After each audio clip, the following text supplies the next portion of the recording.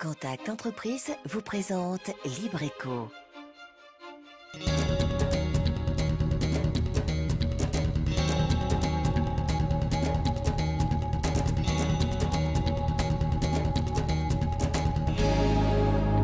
Salut à tous, c'est Libreco. Comme chaque mercredi, on se retrouve pour découvrir une entreprise de Lille, aller à la rencontre de ceux et celles qui la font vivre.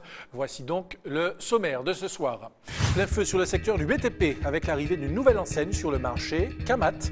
Le groupe Gouillet, un géant du BTP, a réuni toutes ses activités pour offrir à ses clients particuliers comme entreprises une offre globale. Quand le BTP va mal, tout va mal en Martinique, c'est bien connu. Pourtant, dans un secteur malmené par la crise, c'est peut-être face aux épreuves que les hommes sont capables de mobiliser le meilleur de leurs ressources. Ils poussent le long de nos routes, on les retrouve chez les particuliers. Connaissez-vous les Atalus? C'est à découvrir dans le bon plan de la semaine. Sans oublier nos chiffres et données économiques de Lille. Vous êtes prêts? Nous aussi. Libreco, c'est parti. La nouvelle offre du groupe Gouillet rassemble donc tous les produits disponibles sur le marché du béton. Une prestation qui est aussi un gage de qualité puisque de A à Z, Camat maîtrise aujourd'hui toute la chaîne de production. Anne-Sophie Bélanger avec François Brigitte. Aujourd'hui, cet entrepreneur est en quête d'agrégats, de graviers, d'éléments préfabriqués. Bref, de quoi maîtriser un chantier de A à Z, des produits variés qu'il va pourtant trouver ici, au même endroit, chez Camat. Dans une enseigne comme celle-là, c'est qu'on trouve tout sur place et on n'a pas à aller à droite à gauche. Enfin, c'est un gain de temps, surtout pour optimiser le travail au niveau de l'entreprise. Camat, c'est peut-être une nouvelle figure sur le marché, mais c'est avant tout l'aboutissement de décennies d'expérience dans le secteur du BTP. Pour la porter, ses deux grandes sœurs, Macob, spécialiste des préfabriqués, Bétonor, réputé pour son béton prêt à l'emploi. Deux entreprises qui ont uni leurs compétences pour fournir une offre globale. Le pari de Camat, c'est de simplifier la vie donc, aux entrepreneurs en leur donnant la possibilité d'avoir un interlocuteur pour pouvoir approvisionner donc, tout le chantier. Donc c'est un gain de temps. Ça permet de meilleures négociations puisqu'on intervient sur tous les postes sur le chantier. Un engagement au service de la qualité. En effet, l'enseigne maîtrise aujourd'hui le cycle intégral de ses produits. L'aventure commence ici, au cœur de ce massif, un joyau pour le BTP en Martinique, un gisement d'andésite, une roche massive réputée pour sa qualité. Aujourd'hui, une opération délicate, un signal résonne.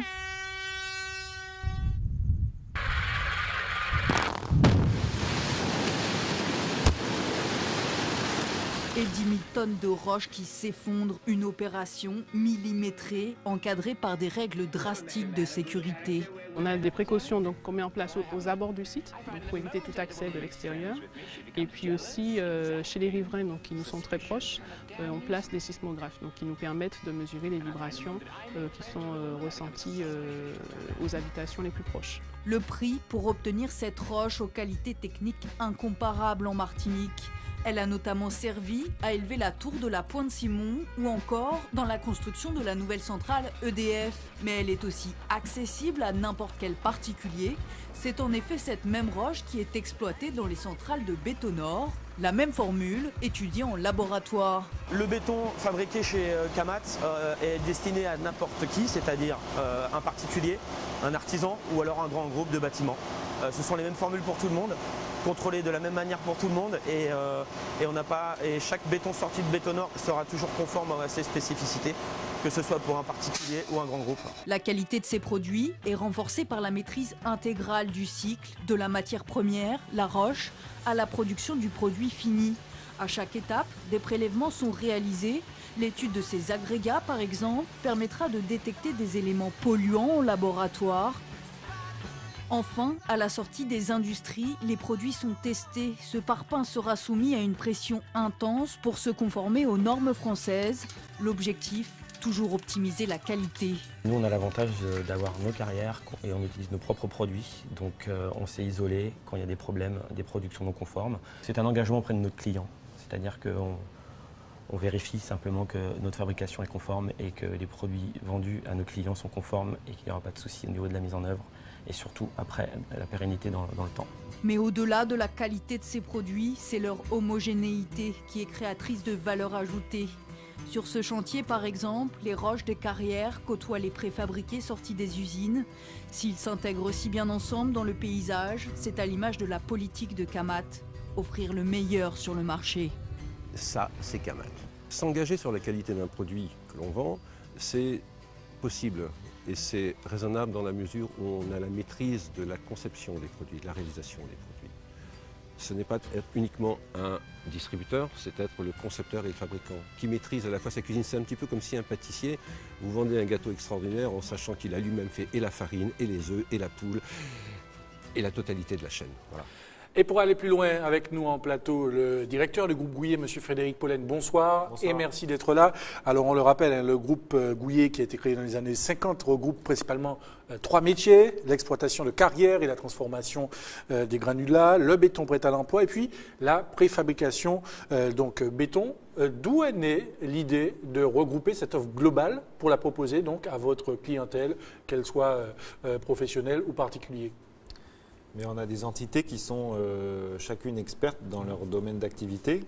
On a voulu faire profiter de l'ensemble de ces expertises à nos clients, plus particulièrement nos clients artisans, particuliers, pour qui c'est plus difficile d'aller chercher ces produits à des endroits différents.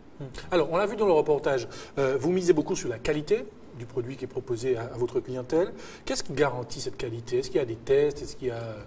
La grande force du groupe Gouillet, c'est de maîtriser la chaîne de fabrication depuis l'extraction des matériaux en carrière, leur transformation, leur contrôle, jusqu'au produit fini, qui est un produit en béton élaboré. C'est ça la force de Kamat, c'est de pouvoir garantir la traçabilité et la maîtrise du process jusqu'au bout. Et dans le choix des produits, est-ce que vous tenez compte des spécificités climatiques, puisqu'on les connaît chez nous, aux Antilles? Est-ce que vous tenez compte dans le choix des produits? Oui, bien sûr. Sur notre île, il y a beaucoup de relief, il y a beaucoup d'humidité. Ce n'est pas le cas de ces derniers mois, mais il y a beaucoup d'humidité. Donc, il faut des produits qui sont particulièrement techniques, notamment quand on parle de soutènement.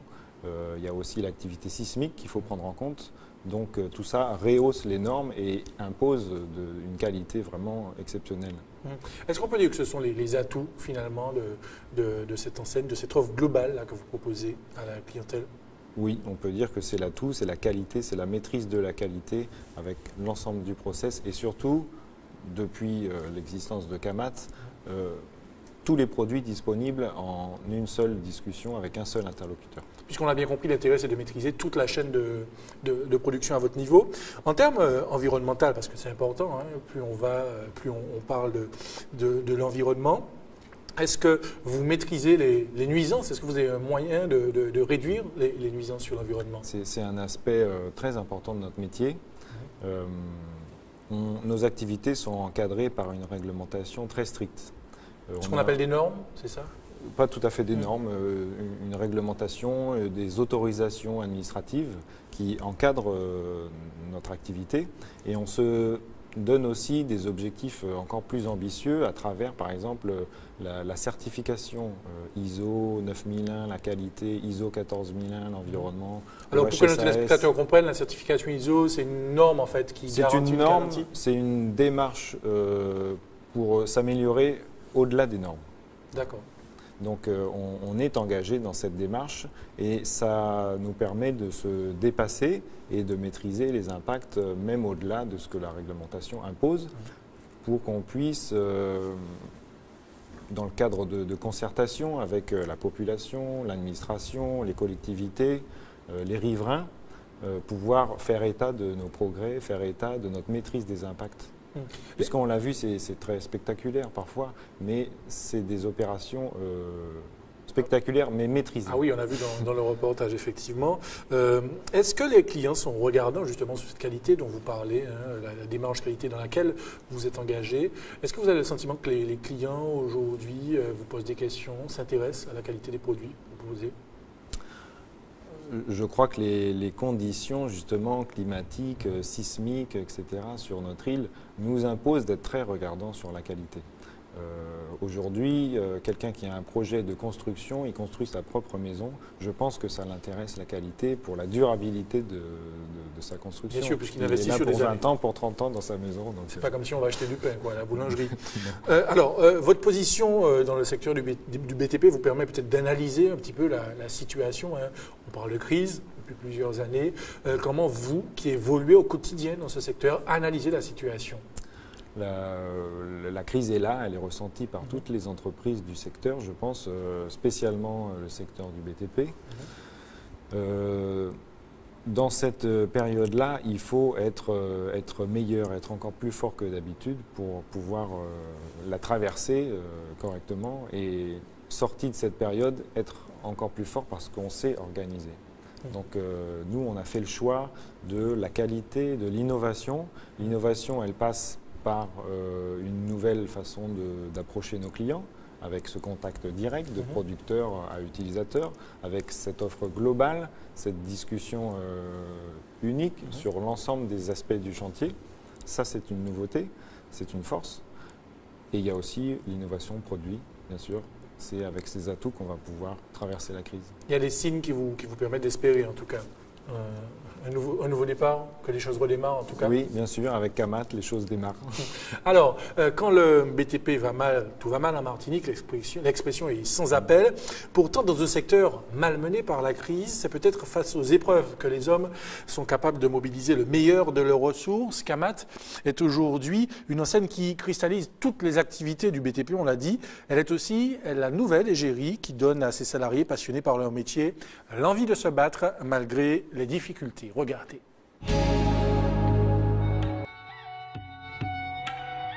Une descente spectaculaire vers le centre de la Terre, la carrière de gravier au nord est creusée à près de 20 mètres au-dessous du niveau de la mer. Ce paysage lunaire, Denis le connaît bien. Il travaille ici depuis plus de 14 ans.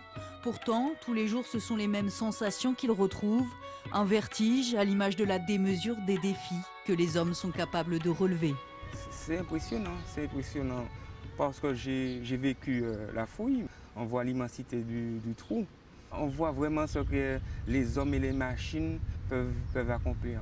Nous faisons un matériau qu'on va revendre en Martinique. C'est un pays pile, c'est un produit pile, c'est un produit d'ici, quoi. C'est surtout ça. Mais ces métiers sont aussi les plus dangereux du monde. Aux commandes de ces engins de chantier, on peut en effet se sentir invulnérable. Pourtant, il suffit d'un écart de conduite pour que ce dumper de plusieurs tonnes bascule. Mais ici, jamais d'accident. On est dans une grosse machine, pour nous, on ne craint rien. Alors on veut faire beaucoup de choses, alors que ce n'est pas le cas. Surtout dans une grosse machine comme ça, c'est délicat. Tout ce qu'on fait, on doit le faire avec précision et surtout être sûr de ce qu'on fait. Un savoir-faire qui ne s'acquiert qu'avec des années d'expérience dans un secteur qui connaît très peu de turnover, peut-être lié aussi à l'amour du métier. Davantage que d'être un pilier de la société martiniquaise, le BTP c'est aussi une communauté, une identité de métier. Ici, on est avant tout dans une grande famille. Tous les corps de métier, tous les entrepreneurs, les chauffeurs de camions et mes collègues et tout, on a une très bonne entente. On est des frères de misère si vous voulez, donc on se connaît pratiquement tous. Frères de misère dans un secteur miné par la crise, une occasion aussi de resserrer les liens. Camat, ce sont plusieurs cœurs de métier, mais une même famille bien décidée à défendre ses couleurs. Jacques Périllon, commercial, mais aussi pilote automobile, est bien placé pour le savoir. La route n'est pas toujours droite, mais le goût du challenge permet parfois de repousser les limites. C'est un pari, un pari personnel et au niveau de l'entreprise. De toutes les façons, on n'a pas le choix. La crise, elle est là pour tout le monde. Il n'est pas question pour nous, ce n'est pas la volonté dans nos entités de croiser les bras et d'attendre que ça se passe. Donc c'est un challenge. Bon, on est tous prêts, on se retrousse les manches, on va transpirer, ça c'est clair. Mais bon, voilà, on se met tous dans le même bateau pour pouvoir avancer. Un état d'esprit, une compétitivité à l'image de l'amour de ces hommes pour leur métier, mais aussi des valeurs, une solidarité qui permettra peut-être de surmonter les difficultés de tout un secteur. Alors, M. Pollen, c'est impressionnant, on voit qu'il faut une certaine dextérité. J'ai le sentiment que n'importe qui ne peut pas travailler dans ce secteur. Est-ce qu'il y a une formation particulière qui est mise en place pour, tout comme ce collaborateur, travailler dans ce domaine? Oui, c'est des métiers très exigeants. On l'a entendu dans le sujet, je crois, c'est zéro accident, objectif zéro accident, turnover très faible. tous nos collaborateurs sont formés tout au long de leur parcours professionnel et c'est vraiment une professionnalisation. On ne s'invente pas chauffeur d'engin dans un contexte comme ça. Parce qu'il y a un risque réel dans ce domaine. Et qu'est-ce qui est mis en place au niveau de la sécurité au travail? Parce que je crois qu'on a évoqué dans le reportage, c'est important aussi. Qu'est-ce qui est mis en place à votre niveau? À mon niveau, c'est une gestion au quotidien de la sécurité. C'est aussi un effort d'exemplarité pour que cette notion soit dans les esprits à tous les instants. Puisqu'on est à bord de machines qui sont dangereuses par nature, ça pèse quelques dizaines de tonnes un engin. Donc c'est à chaque instant de la journée, parfois délicates, et on l'a vu chaque instant de la journée, on doit faire attention à sa manœuvre. Donc c'est surtout, à mon niveau, faire prendre conscience. Voilà, faire prendre conscience qu'à tous les instants, on est vigilant. Oui, c'est ça, parce qu'avec des manœuvres parfois délicates, on l'a vu dans le reportage. J'aimerais qu'on revienne un peu sur la notion de produit pile, puisque l'un des intervenants du reportage insistait dessus. Pourquoi il est important pour votre société de miser sur les produits de l'industrie locale? On mise sur les produits de l'industrie locale. C'est nos activités par nature. C'est-à-dire qu'on a démarré l'extraction de matériaux. C'est en Martinique qu'on extrait tous ces matériaux, on les transforme sur place et on va jusqu'au bout du geste en créant des produits élaborés en béton, etc. Donc on peut dire que c'est du 100% produit pile. Mais est-ce que ça a un impact pour vous au niveau des coûts peut-être de choisir des produits locaux? Ça n'a pas d'impact sur nos coûts parce qu'on préfère faire cette démarche-là. Pas d'impact direct en tout cas. Pas d'impact direct. Alors vous restez avec nous M. Pollen, on va vous retrouver tout à l'heure. On se concentre maintenant sur le chiffre de la semaine, moins 7,3%. C'est le pourcentage de la baisse des ventes de ciment en Martinique en 2012 par rapport à 2011. On peut regarder.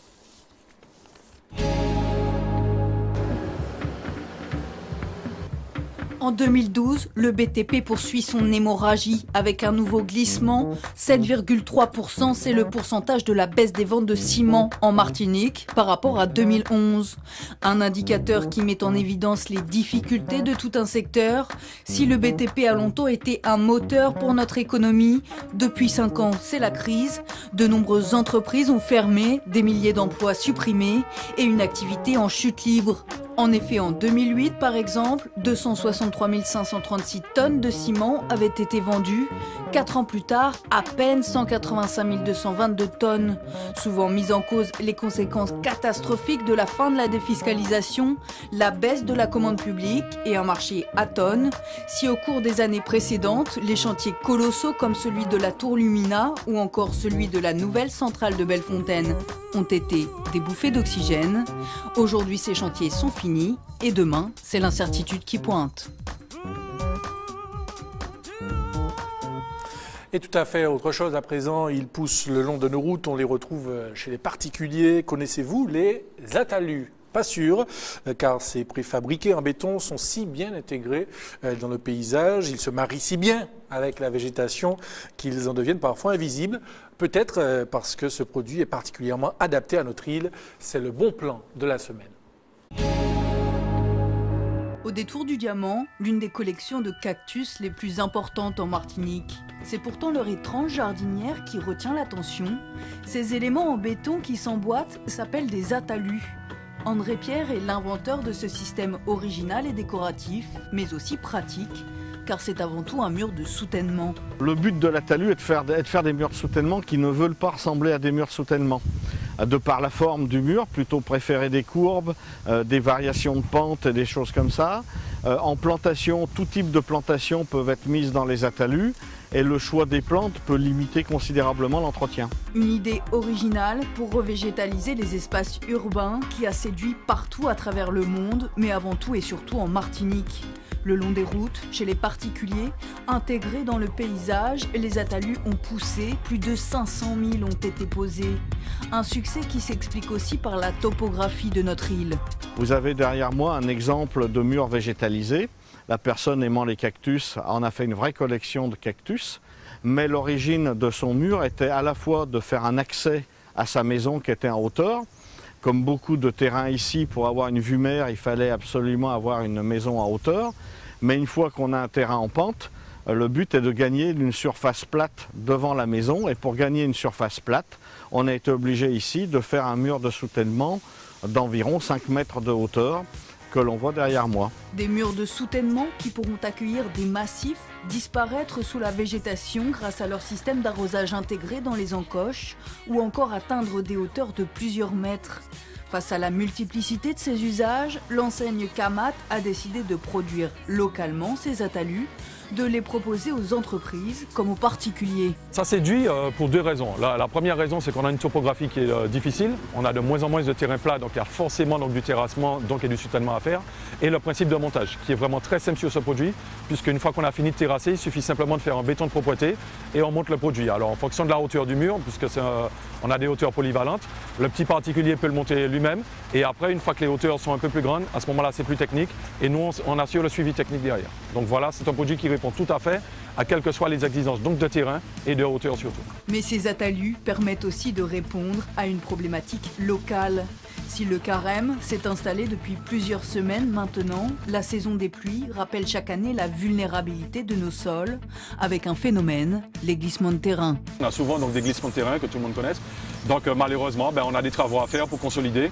Et Atalu répond donc tout à fait aux exigences et qui permettent de consolider tout type de terrain et notamment sur des hauteurs importantes. On l'a vu sur certains gros chantiers qu'on a eu l'occasion de faire avec Atalu. Et nous arrivons quasiment à la fin de cette émission. On retrouve M. Pollen peut-être pour le mot de la fin et les perspectives pour cette enseigne, toute jeune, enseigne Kamat. Quelles sont les perspectives de développement et les grands projets peut-être? Nos grands projets, c'est poursuivre dans la voie qui est la voie de l'innovation. J'espère qu'on va proposer bientôt des nouveaux produits qui sont vraiment révolutionnaires, qui vont changer la vie des Martiniquais. Notamment, on parlait d'humidité, d'inondation, etc. On sort dans les prochains mois un produit qui va révolutionner la vie des constructeurs, qui va leur permettre d'avoir des maisons au sec. On peut en savoir plus ou pas tout à fait aujourd'hui, pas de scoop, mais vraiment, ça va changer la vie des constructeurs. Kamat s'apprête à sortir un très beau produit. Bon, on suivra ça avec attention. Merci en tout cas, merci à vous. Monsieur Pollen, d'être venu nous parler de cette enseigne. Et bon courage, bon travail pour la suite. À bientôt. Libreco est quasiment terminé, mais juste avant, comme chaque semaine, l'actu Contact Entreprise. Lundi 6 mai, Contact Entreprise a participé à la cérémonie de clôture de la 3e promotion Audace Martinique. Celle-ci a été organisée par les personnes qui viennent de terminer leur cycle de formation au sein d'Audace Martinique qui a eu lieu sur l'esplanade de la bibliothèque de l'UAG. Voilà, en espérant que vous avez pris bonne note, Libreco est maintenant terminé. On se retrouve la semaine prochaine, même heure, même antenne. En attendant, très bonne soirée sur ATV.